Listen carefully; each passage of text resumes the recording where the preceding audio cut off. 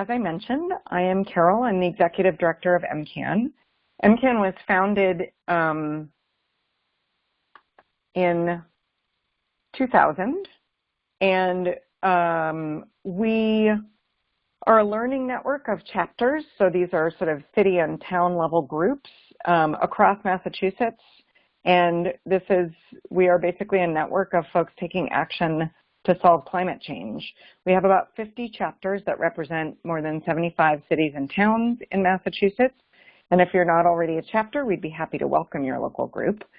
We focus on climate solutions, and we do everything from helping groups get climate-friendly bylaws passed through town meeting or city council to giving you all a voice at the state level on policies and programs.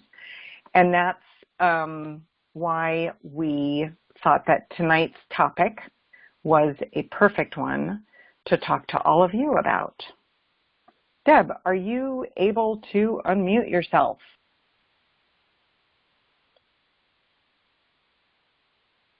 Uh-oh. So we may be still struggling a little bit with Deb Pasternak with her technology issues. So she is the acting chapter director for the Massachusetts Sierra Club. And as you can see, the Sierra Club is the largest and oldest grassroots environmental group in the country and really focuses on social justice. They do a lot of great work here in Massachusetts to support community members on all kinds of issues and to move our energy economy towards a more sustainable model that is low carbon. And we work a lot together, MCAN and the Sierra Club, and they are a very valued partner. So as we have all seen in the last couple of years, climate change is already happening. It's happening worldwide, and it is happening here in Massachusetts. So it is not something that is 50 or 100 years away. It is already happening, and we need to do something about it. Unfortunately, the national picture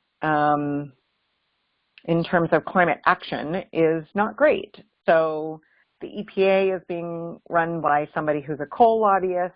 You know, Trump wants us out of the Paris Climate Accords, and he's basically the climate denier in chief. So it's all about the local action, taking the opportunities that we have in our communities to solve climate change at home is what it's all about. And let's be honest, it always has been about that. Cities and towns have always led the way on climate action and climate solutions. And the good news is that we have the tools to do this. We have the tools to tackle climate change. This is an image that I like of the idea of a net zero community. So there's green spaces to hike in the background. There are buildings of all sorts around a plaza. There are people doing all kinds of things, including going to a farmer's market and recycling and driving in or taking public transportation and basically living their best lives in their communities.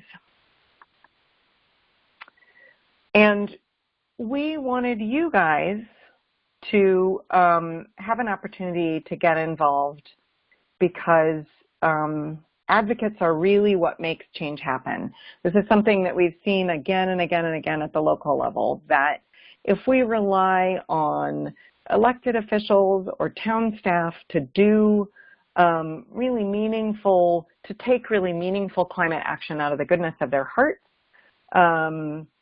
things move slowly and not as ambitiously as you or I would like. So when you guys get involved, things happen and you guys make change happen.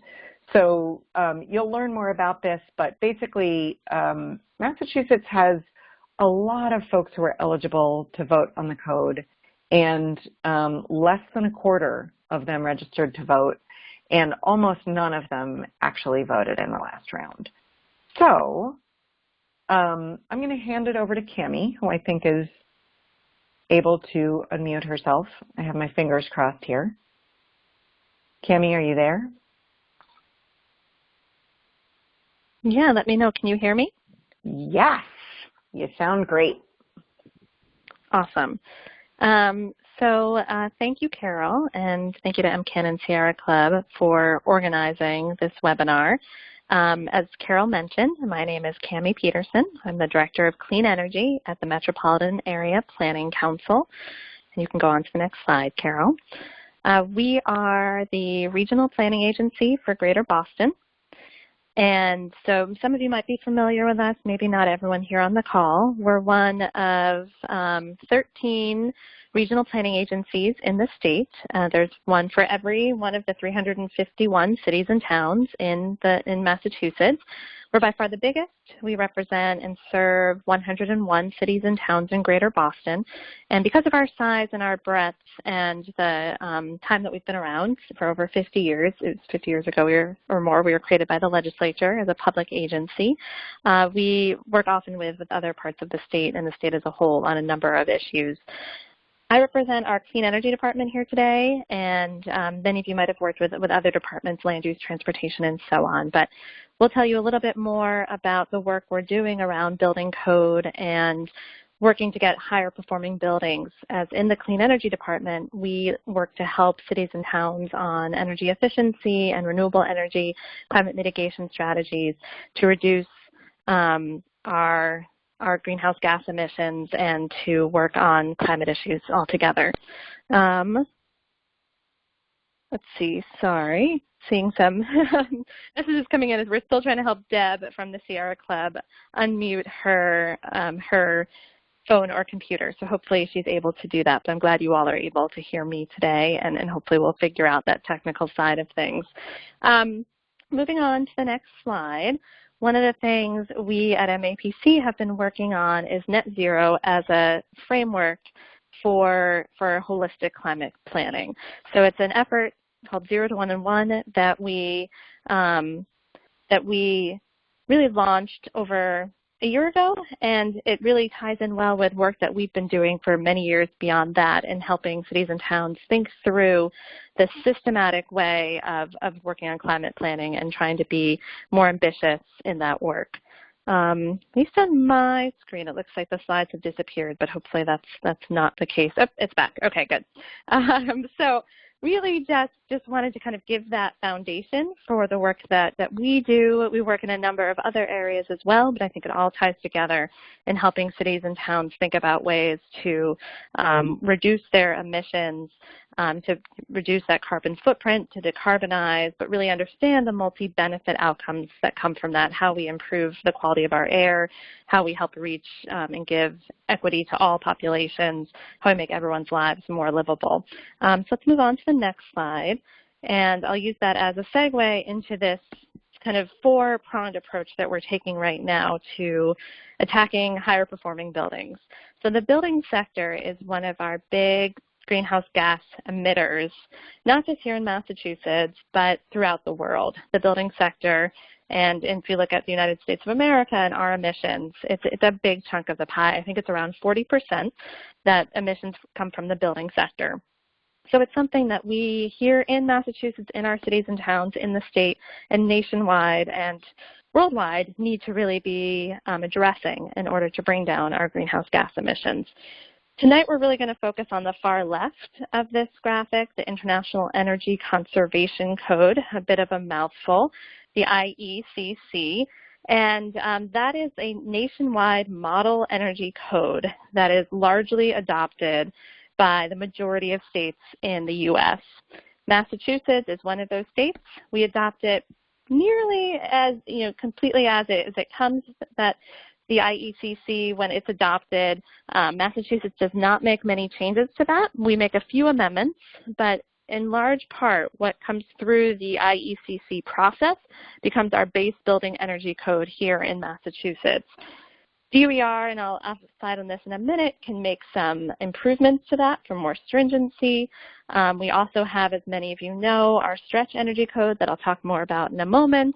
And where code has limitations or where it doesn't reach all of the local things that we want to do, we have a number of local ordinances that cities and towns can put into effect along the lines of zoning or how they kind of run their permitting or other types of inspectional services types of processes. Let's go on to the next slide. So those are kind of the 4 areas that we're focusing on at MAPC that can help communities to think through how to reach higher performing buildings. Obviously, green design elements and a lot of other kind of components come into that, but those policy angles can really play a big role in what kind of green building communities really are moving toward. To take a step back for a second, and you can see I've termed this codes for climate, and that's something that I feel strongly about, that codes are a big entryway into our climate problem and addressing that. But what are codes? So just to give folks, a kind of step back to what we should understand as code. Building codes are, and this is a FEMA definition, a set of regulations that address structural integrity, fire resistance, safety exits, lighting, ventilation, construction materials. They're those minimum requirements. And it really is focused, as it says here, and this is true nationwide and in Massachusetts, on the health, safety, and general welfare.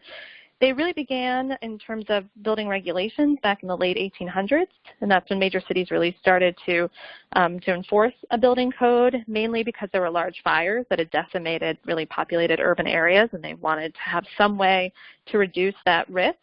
But over time, the breadth of that scope that they addressed has gotten larger, and so throughout much of the United States, in the states themselves or in local jurisdictions, there are building codes that really look to address these different areas. And what it does is set kind of a legal way for what you need to design and construct structures, what those standards are for what is deemed appropriate and safe. We can go on to the next slide. And so, as I mentioned, in Massachusetts, we mainly adopt the International Energy Conservation Code. That's a nationwide standard. And what that is governed by is this statute that you see here as part of Mass General Law, where we have to, by law, adopt that IECC as part of our code. And the Department of Energy Resources, along with, and the board they're referring to here is the Board of Building Regulations and Standards, BBRS. They're the ones who oversee the Massachusetts building codes, and they are the ones who kind of approve, what are the inspection procedures. They approve kind of, the different lumber things. They certify municipal building inspectors, and they have oversight with DOER in whether we do amend that International Energy Conservation Code when it comes in. So that IECC really sets the table for what we can do here in Massachusetts in terms of how we build our structures, what's really mandated by that code. Let's go on to the next slide. Many of you are familiar with the stretch energy code. So in Massachusetts, which is not the case in other states necessarily, or at least in all other states, here we have to have a uniform code, and that means that different cities and towns, jurisdictions cannot have a separate building code. Similarly, in New York State, that's the case, except there is an exception that New York City can have its own building code. So the city of New York has a lot more authority in determining, okay, for our buildings, which are quite different than those you'll find in rural New York, this is how we're kind of setting and our more ambitious climate goals, and they have some really strong climate plans. In Massachusetts, it was in the 70s when it was decided that the patchwork of building codes were so different among our 351 cities and towns. It made things too challenging. It was hard for building code enforcers and inspectors. It was hard for the contractors and the developers and the builders, the designers, for the residents, and so on. And so they made it so that it was a uniform code that we adopted, and that's the international codes that we largely adopt. There is one other option for cities and towns, and that's to adopt the stretch code. And you can do that by city council or town meeting or town council, if that's your mode of government. And the only way then to have a different code for your community is to adopt that stretch code, which is a more aggressive or more efficient energy code. Over time, the base energy code that everyone else has if you don't adopt this stretch code has advanced.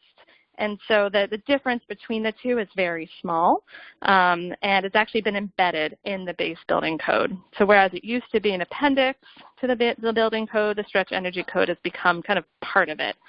But the only way then to choose, once you become a stretch energy code community, and it is, like this slide says, 250 cities and towns. So by large part, the majority here in Massachusetts, the only way to not then be automatically included in every stretch energy code update is to rescind it. So you would have to rescind by vote of those same bodies that adopted it. Okay, let's move on to the next slide. So as some of the folks on the phone or connected by computer today might already feel, there are limitations to that code. One, that you can't go in a different direction than the building code or the stretch energy code. You're really reliant on how much it does or does not advance or update. And that it really kind of governs a number of things. So now as we really look to set net zero goals and communities and think about kind of more progressive climate actions that can be taken and want to be able to address the building sector, we are in a lot of cases beholden to what that building code, whether it's the base code or the stretch code, allows us to do. And it does oversee, as the pictures here describe, it does oversee renewables that are attached to buildings. It does oversee EV charging stations that are connected to buildings or facilities. It does oversee the equipment, the energy efficiency equipment and upgrades that are made within a building. So whereas some cities and towns might try to do kind of that on their own, generally the belief is that they will often not be allowed to continue that because it should be governed by building code. Where code, though, does not quite touch is when cities and towns look to do things through zoning, which is one of the more likely local kind of ordinance to apply, or through, they can always use incentives and rebates and other kind of carrots that can help builders to build in a more climate-friendly fashion. But if they would like to mandate it, one avenue we've seen is really to or that at least is being considered in a number of communities, is to focus it more on greenhouse gas emission reductions, really kind of to take that angle to it rather than an energy angle. Building energy is governed by the building code, but zoning may be able to prescribe building provisions that are connected to the carbon footprint or the like. And so that's one potential avenue. For example, Boston and some other cities and towns have included LEED requirements for their buildings. So new construction has to be to a LEED Silver standard, say, for example. And because LEED can be met in other ways than just through energy efficiency or renewables, there's other non-energy related components in order to comply with LEED. So far, that has been deemed allowable outside of the building code. Let's move on. And this slide, actually, we can go somewhat quickly through it because there's a number of things that will kind of pop up. But the first question you can move to is, who developed America's Building Energy Code? And that's local and state officials. So we're going to talk more about that. And I've told you a lot about kind of what it is, setting this model code, and I've said how we can adopt it. And it's local and state officials, and you'll learn more about that today. It's not just DOER or the governor's office that would say, yes, we want these provisions in the IECC. It's local and state officials that can really make a big difference by voting on that code. So that's a lot of what we're going to talk about today. You can go on to the next question, who enacts building energy codes? And that you might already have a better sense of. So that too is state and local governments. The state, enacts it, but the local governments are the ones carrying that out or choosing to be a stretch code community. And then lastly, who enforces building energy codes? And that's mostly local governments. And so not only do we need to put these strong codes in place, but we need to make sure that they're also being implemented and enforced. But you can see the role that local government has in all three of these, and that's a place that we feel advocates can really help their local officials to gain better access and understanding of. So let's go on to the next slide. So just to kind of make that connection and help build that business case even a little bit more, for why local officials should care and how you can kind of make that argument to them. A group that we've worked with a lot and that's provided some of the slides and information tonight, and that we're in coalition with Sierra Club and with MCAN and with NEEP, is the Energy Efficient Codes Coalition. That's a nationwide group, and they, this past June, were at the U.S. Conference of Mayors, which just happened to be in Boston, and they were able to have the U.S. Conference of Mayors vote on a resolution that would say that they were united behind maximizing local government support for the IECC, and that resolution passed. So this U.S. Conference of Mayors, just this past June, has named the Efficient Building Code and the IECC in particular as something that will really strengthen our energy policy and allow us to meet our Paris Accord targets. And you can see some of the numbers on here, what a difference a strong energy code can make. Let's go on to the next slide. And also just, to bring it back home, why an energy code is good for every home and for every, buddy who lives inside a building or works inside a building. It's all of us live or work inside a building to some degree. And this is just a nice infographic put together by this Midwest group around, all the benefits of a strong energy code. It's not just good for climate. It's good in so many ways. It's really a win-win-win kind of situation. The next two slides, and you can go on. This first one kind of shows you, and again, borrowing this from, in this case, BCAP, which is the Building Code Assistance Project. Back in January 2009, which is right after we here in Massachusetts passed the Global Warming Solutions Act and the Green Communities Act, and we're implementing our first stretch code. You can see we're a little farther along in Massachusetts on both the commercial and residential side, but there's still a good ways to go, and much of the rest of the country had done very little on energy code. If you go to the next slide, you can see the big difference in just about 6 years or so, or 7 years, as we get to more recent times in 2016, and what a difference it can make to have strong energy codes. That being said, if you go on to the next slide, you can see the great improvements that were made at the IECC level in between 2006 and 2009, as well as 2009 to 2012, but it's pretty much stalled since then. And 2018 is not on here, and that's what the state will be adopting hopefully within the next couple of months. But it, too, has made very incremental success and actually moves a little backwards in some places. And so what we need to do with this next iteration of the IECC, which what will be voted on this coming year is the 2021 version that will become our base code at around that time, we really need to take another big jump. We need that 10 to 15% improvement to meet our goals. And so that's where we're hoping you'll all come in. And help us to move the base code and then make that argument to lift the stretch code beyond that too, hopefully to net zero or beyond. So I will stop there and look forward to the discussion later and turn it back to you guys. Thank you so much. Great. Thanks, Cami. So I think we actually have Deb. Do we have technology issues? Yay, we Yay. do. That's awesome. Fabulous. Okay, so I'm Deb Pasternak. As Carol said, I am the, you guys can all still hear me? We can, okay, yeah. Good. I'm the acting director at the Massachusetts chapter of the Sierra Club, and we're thrilled to be working with our partners to basically get building code efficiency better, not all around the country and not just here in Massachusetts, and that's what you guys are going to help us do. So anyhow, I'm just going to go right to the next slide. Carol, if you can advance the slide. My little piece of this presentation is to talk to you guys about the process of registering to be able to vote. And it's kind of an unnecessarily complicated process, but I think that that's part of why it's so valuable that you guys are going to learn how to do this, because not that many people are going to go through this process to do this voting.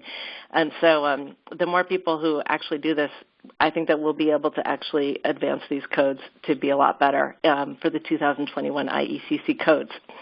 So I'm going to start this timeline of what we need to do to register with just a glossary of terms, because it's again, these terms are going to come up while I'm going over the timeline, but I thought I would introduce them first because it'll make it a little bit easier to go through the timeline with a beginning understanding of what these terms are. So the first term is governmental member, and that's basically the agency or body of government that must register to vote with the ICC. This can be any town or any eligible department in a town. For example, it could be the town of Westboro, or the planning board of Westboro, or the select board of Westboro, or the DPW of Westboro. It can be a town, or it can be an entity, an eligible department of the town.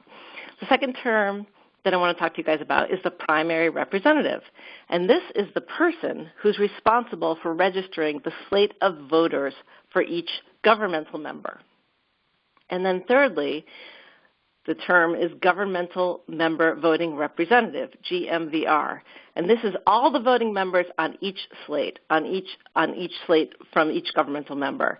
The primary representative registers the GMVRs to vote on the IECC codes.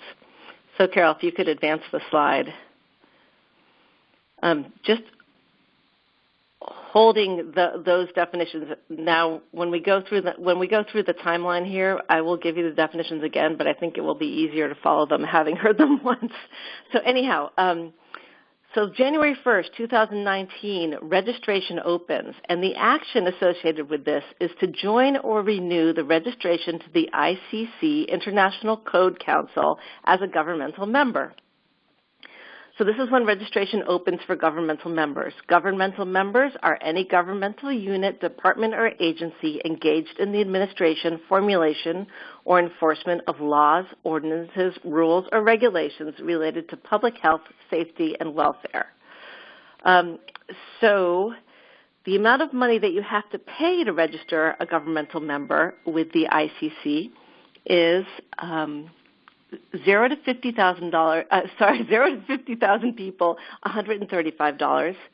50 to 150,000 people, $240, and 150,000 and above is $370. So that's how much it costs to register your governmental member. Next slide, please. So March 29th is the last day. It's the deadline for registering your governmental member. It's also the deadline to designate the primary representative for each governmental member. The primary representative is the person responsible for registering the slate of governmental member voting representatives. And so on March 29th, by March 29th, your governmental member should have registered along with a primary representative who should be designated as the person who's going to put the slate of voters together. Again, the slate of voters is determined also by the size of the town or the city. So if the population is up to 50,000, you can have a maximum of 4 votes. If the population is between 50,000 and 150,000, you can have a maximum of 8 votes. And if your population is over 150,000, then the governmental board, the governmental member can have up to 12 votes. Next slide, please. And so the next deadline is September 23rd. And by September 23rd, that's when the governmental member needs to confirm their rosters of who is on their slate. That is their roster of their governmental member voting representatives, GMVRs. So what this means is that by September 23rd, the primary representative for each governmental member has to have registered all of the voters with the ICC. And the primary representative is the only person with the access to the system to register the voters. So what that means is that, say, Frank Brown is the primary representative from the town of Westboro, and, Jim Franks, who is the DPW guy, wants to be on the slate. He actually needs to go to Frank Brown to get Frank Brown to register him to be on the slate. He can't register himself. So it's the primary representative who creates the slate. And this must be done by September 23rd. Next slide.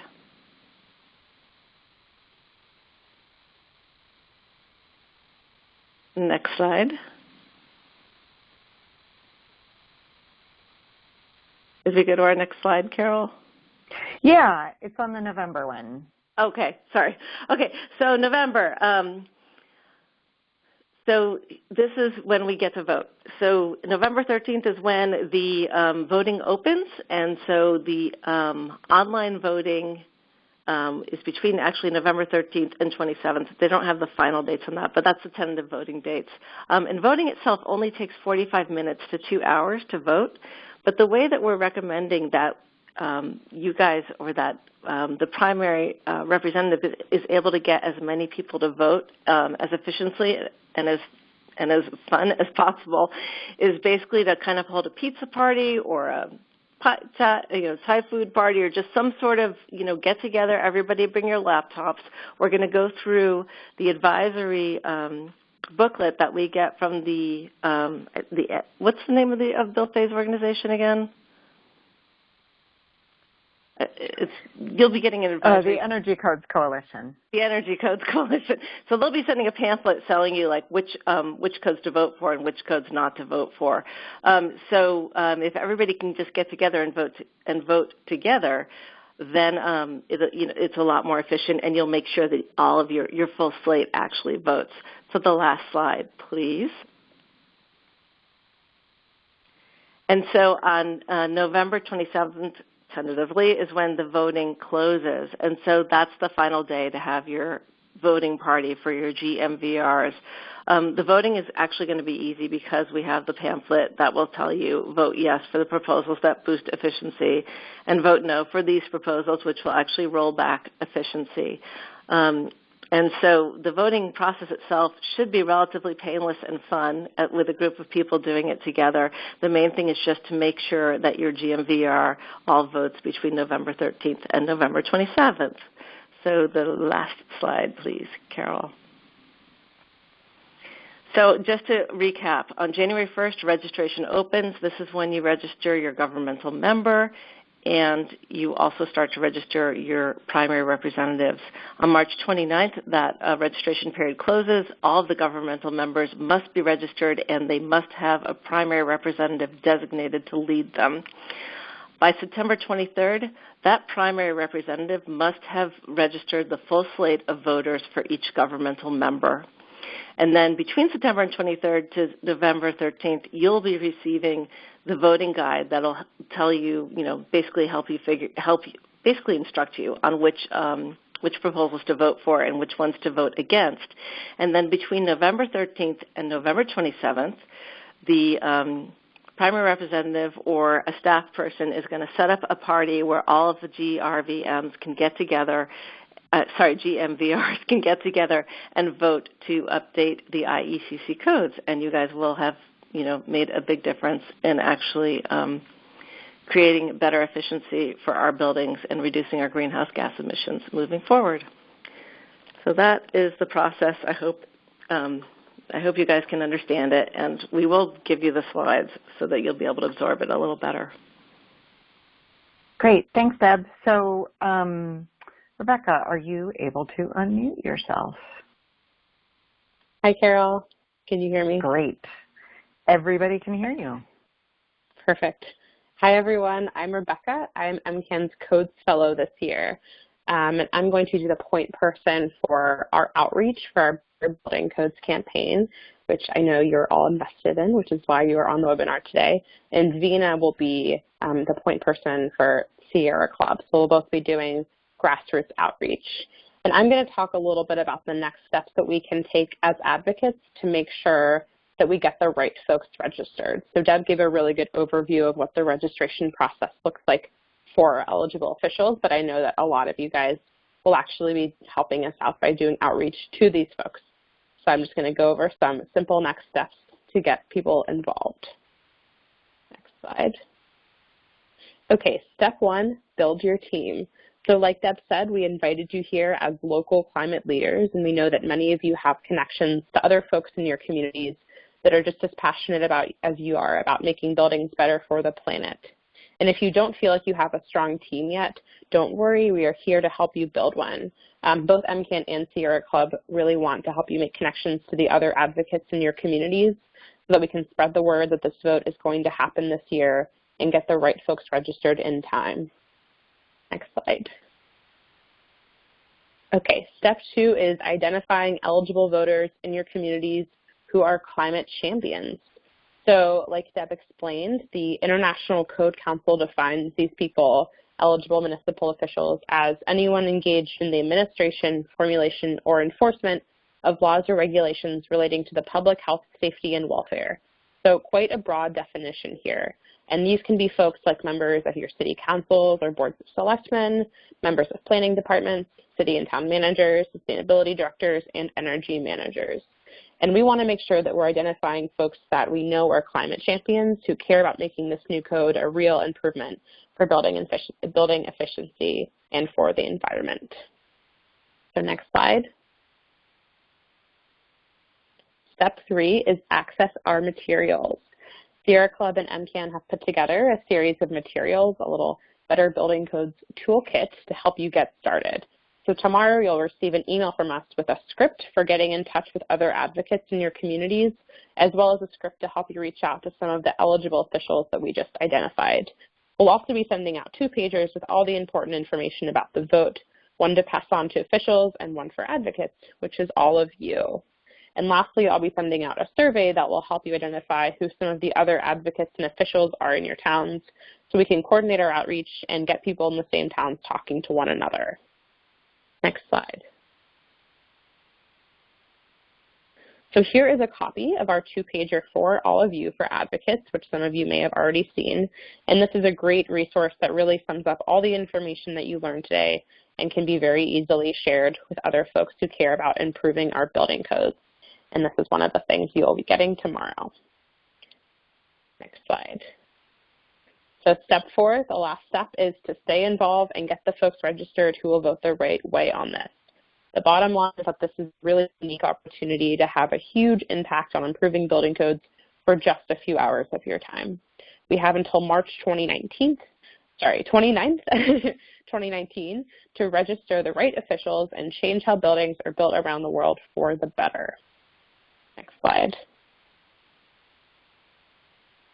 So today we invite you to join us to make buildings more efficient, more equitable, and safer for everyone.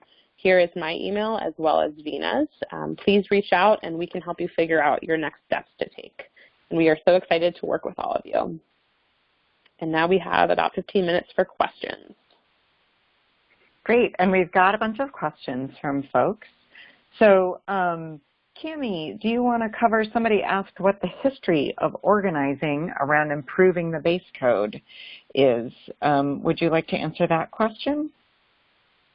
I can certainly try. So I think it's been somewhat ad hoc, in my opinion anyway.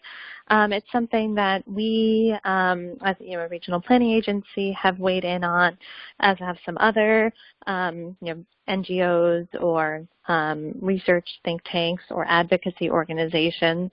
I think over time, I've seen in the last 5 years, there become greater awareness and momentum around advocacy groups and others really kind of recognizing the importance that building code can make. So I would even note that the last meeting that the BBRS held before today, because there was their December meeting today, the last one was in Boston a month ago, and even though there ended up not being time for public comment as folks had expected, there were a number of advocates there, and I've seen more folks from the passive house community, from net zero communities, from equity communities, and so on get more involved. So I think it's ripe for greater participation and involvement, and it's been somewhat ad hoc in the past, but there have been folks like those here leading this webinar, and they've been working on this effort, and others that have helped to try to support the more stringent improvements that the Department of Energy Resources is working on. They generally have been very good allies in this. Great, thank you. So a couple of folks have asked if there is a list of previously registered entities or towns that have previously voted, voters that have previously voted. Rebecca, do you want to answer that one? Sure. So like Carol mentioned earlier, we only had about 100 folks vote in the last code cycle in Massachusetts on the IECC. There are as many as 2,000 eligible municipal officials across the state registered, but people generally do not know how to get registered, and the people that we want to have voting on this have not voted in the past. So the most common voters in the past have been people like code officials and building inspectors, and people who are more concerned with maintaining the status quo than with boosting efficiency.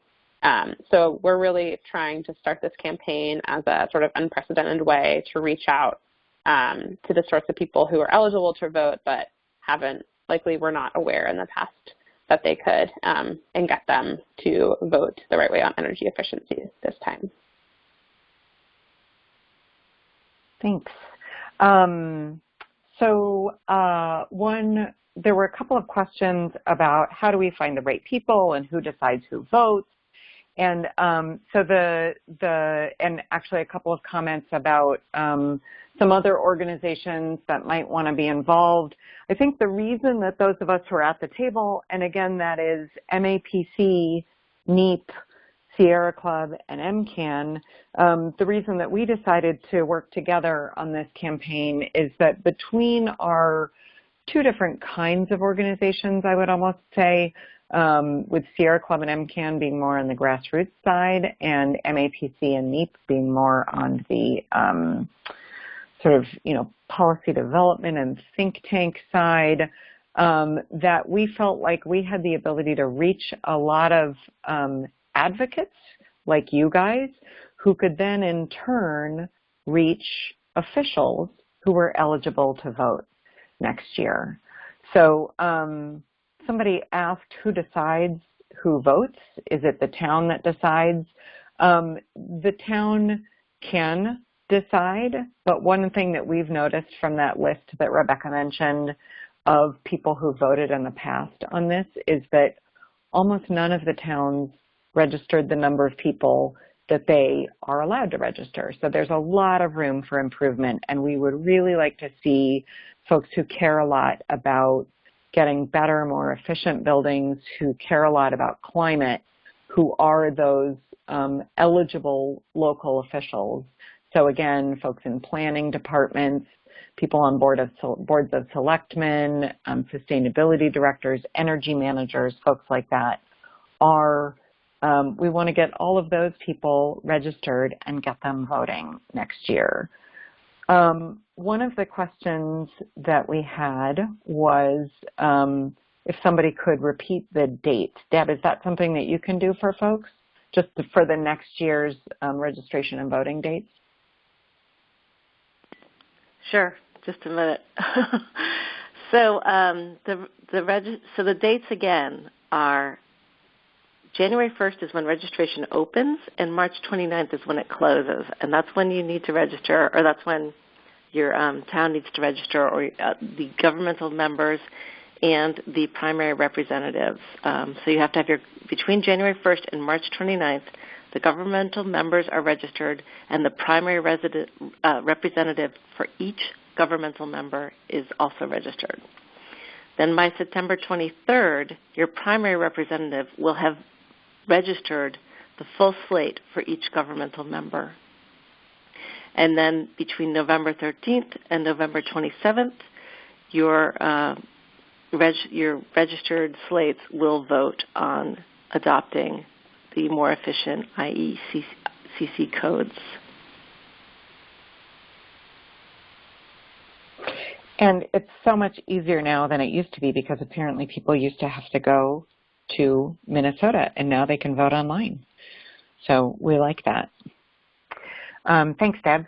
And I know Allison's asked a couple questions about including folks who do more traditional green building work. We are absolutely happy to have those folks at the table and to have them reaching out to the eligible voters in their communities.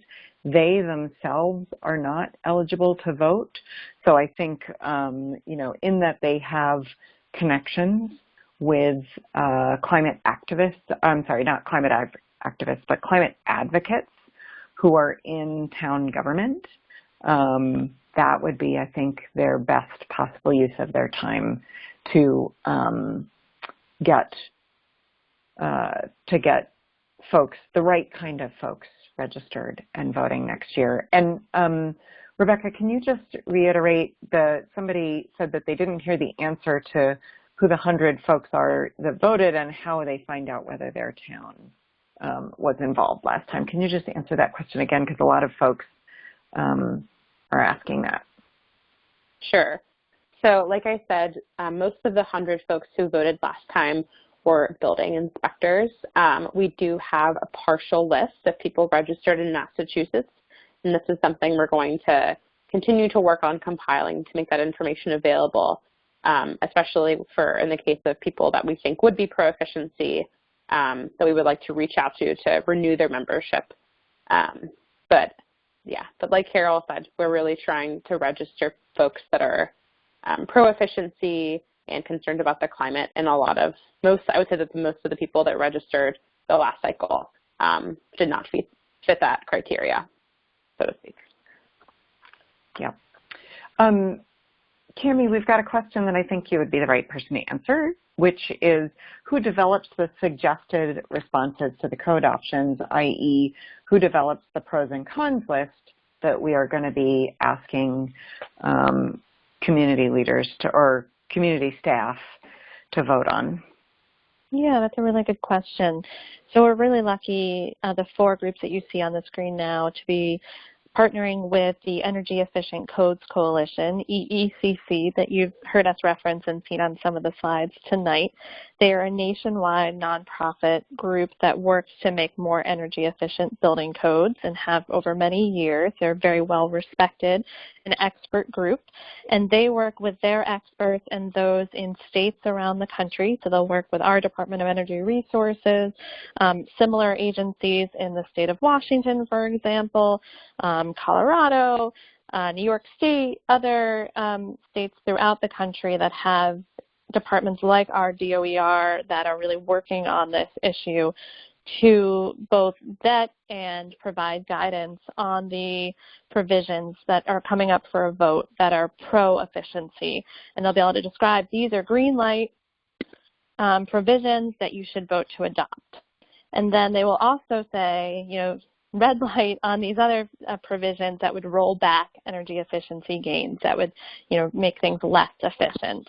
And, we will make sure as a coalition to provide those materials in enough advance, as much as possible anyway, to folks so they can understand what that is. The good news is, though, that it is a very large, well-trusted body of experts that will have worked on that guidance.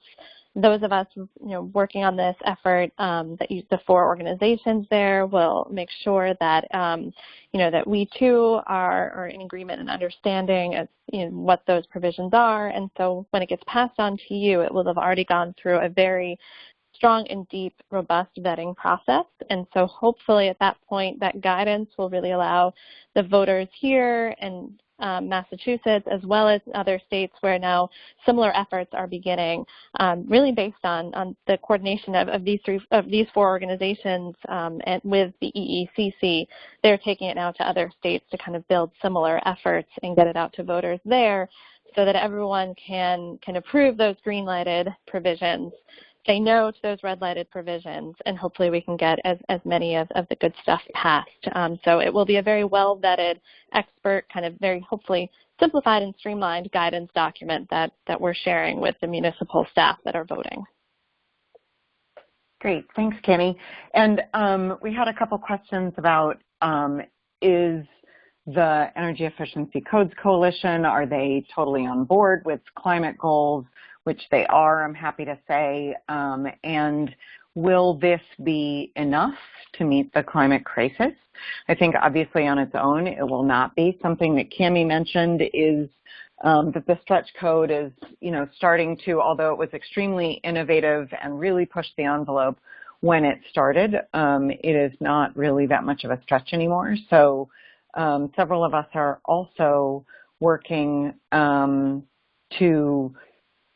in addition to improving the base code to get folks involved in getting a net zero stretch code developed and passed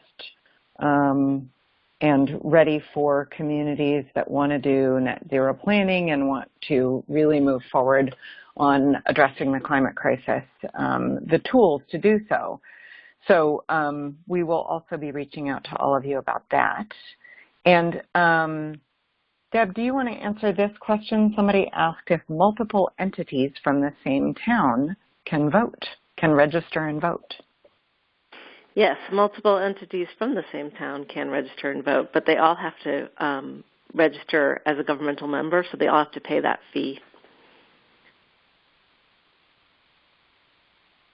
Great, thank you.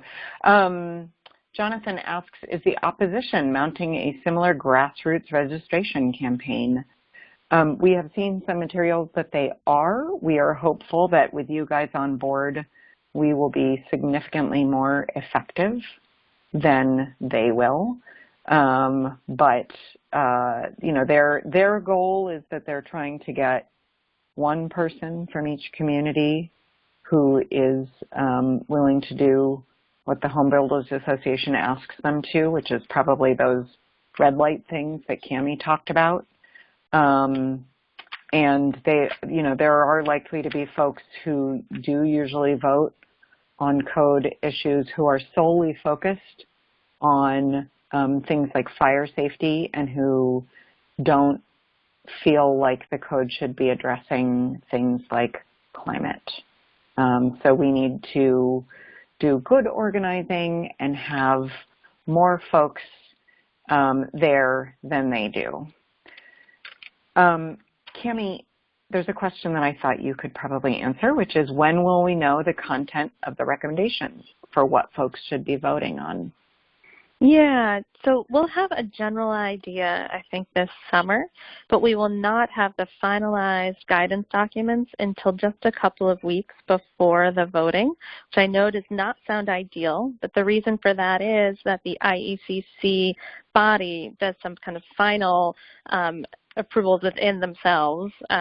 It's going to be hard to fully explain this, and I don't want to get into the weeds of it, but they will make some final decisions on that roster of provisions to be voted on just in October. And so following that is when EECC with its expert partners will be able to finalize that guidance document. So we'll make sure that folks are geared up for what to expect at a high level, but we won't be able to show you that exact document until we get pretty close to the voting time. Thanks, Cammie. And what I'm going to do, we're just at 8 o'clock now, so I'm going to go ahead and close us out. As Rebecca mentioned, we've got all kinds of materials for you, and we are happy to coach you guys through this process of figuring out who the right people are in your town, and helping them to get registered and making sure that they vote. So we will work with you on that. Folks from MCAN and Sierra Club stand ready to help you with that. We have a lot of fabulous expertise from NEPA and MAPC, and we are very excited that you were able to join us, and we look forward to working with you in the future. Thanks so much, everybody. Have a great rest of your evening. Thank you.